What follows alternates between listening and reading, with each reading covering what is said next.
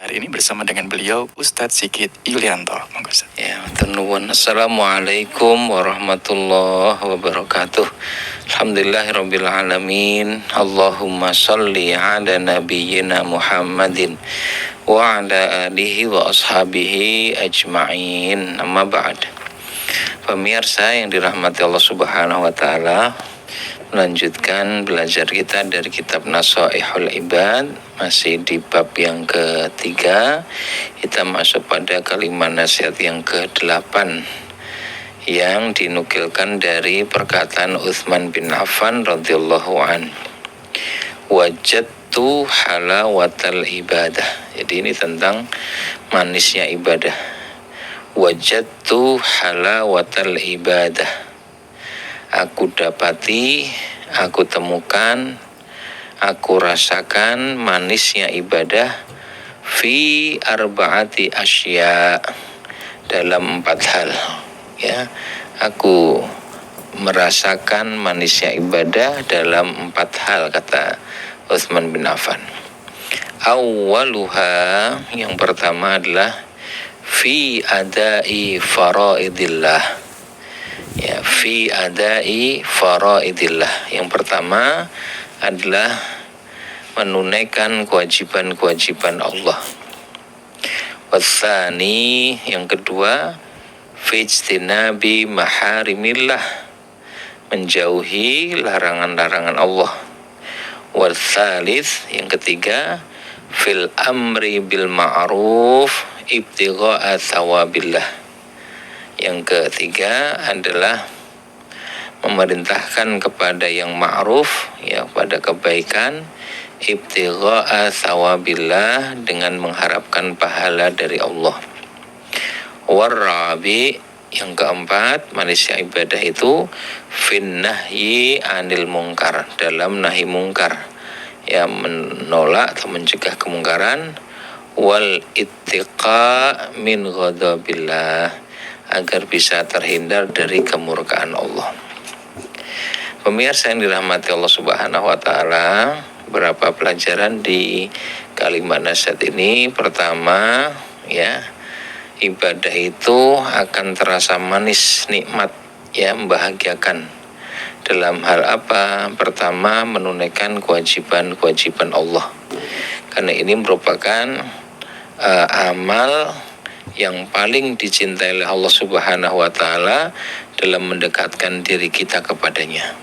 Ya, di satu hadis qudsi diungkapkan, tidaklah hambaku mendekatkan dirinya kepadaku, ya, dengan sesuatu ahabba ilayya mimma iftaratu alaih, ya, dengan sesuatu yang lebih aku cintai. Tidaklah hambaku mendekatkan dirinya kepadaku dengan, ya, sesuatu yang lebih aku cintai dibandingkan ma iftaratu alaih, dibandingkan apa-apa yang telah aku wajibkan kepadanya. Jadi menunaikan kewajiban itu adalah pendekatan diri kepada Allah dengan amal yang paling dicintai oleh Allah Subhanahu wa taala. Ya, apakah sholat 5 waktu, puasa Ramadan yang tengah kita jalan ini, berzakat, bakti pada orang tua dan sebagainya. Ya, maka menunaikan, menjaga kewajiban itu kunci kedekatan dengan Allah Subhanahu wa taala, sehingga Allah akan karuniakan rasa bahagia di dalam hati, ya, dan karenanya ibadah itu akan terasa sangat lezat, sangat manis, ya, sangat membahagiakan. Yang kedua, tidak hanya kewajiban yang dilakukan, ya, bahkan nanti di hadis qudsi itu juga diungkapkan sunnah-sunnah pun dijalani, tetapi tidak berhenti pada penunaian perintah baik yang wajib maupun sunnah, namun juga menjaga diri dari dosa dan maksiat. Ini juga harus diupayakan dengan sungguh-sungguh sehingga ibadah itu, ya, akan terasa manis, ya. Menjaga mata dari apa yang dilihatnya, menjaga telinga dari apa-apa yang didengar, ya, meninggalkan riba, menjauhi riba, menjaga lisan dari berkata dusta, bohong dan sebagainya. Ya, wama nahakum anhu fantahu, apa yang aku larang kalian darinya jauhi itu, ya. Dari satu hadis Rasul bersabda demikian. Maka meninggalkan dosa ini, ya, juga harus diupayakan agar kelezatan manisnya ibadah itu kita rasakan. Kemudian yang ketiga, amar ma'ruf, mengajak kepada kebaikan, ibtiqa'a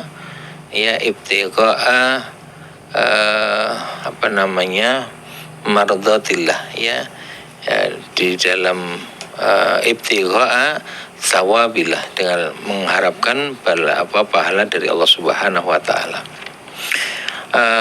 Allah mengungkap di ayat 110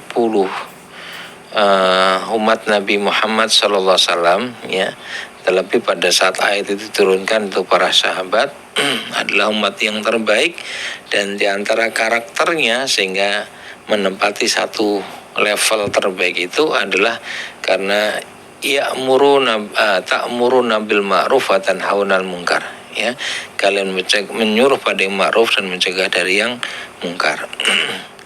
Maka manisnya ibadah itu juga akan terasa dalam amar ma'ruf, ibtigha'a thawabillah tadi, ya, mengajak orang kepada kebaikan, tidak punya pamrih apapun dalam ajakan itu, ya, pamrih dari manusia tidak ada, tapi pamrihnya adalah pahala dari Allah Subhanahu wa taala. Itu akan menghadirkan rasa bahagia dan terasa betul manisnya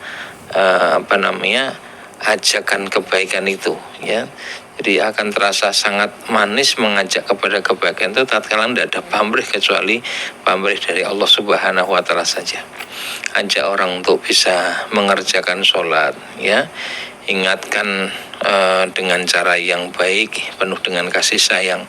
Maka bukan hanya tawasobil haq, tawasobil sabar, tapi juga tawasobil marhamah, saling menasihati untuk melakukan kebenaran, saling menasihati menetapi kesabaran, juga tawasobil marhamah, saling menasihati dengan penuh kasih sayang, ya, menasihati teman, ya, keluarga, kemudian menyampaikan ajaran-ajaran Islam ini tatkala ibtigha'a thawabillah tadi, mengharapkan pahala dari Allah,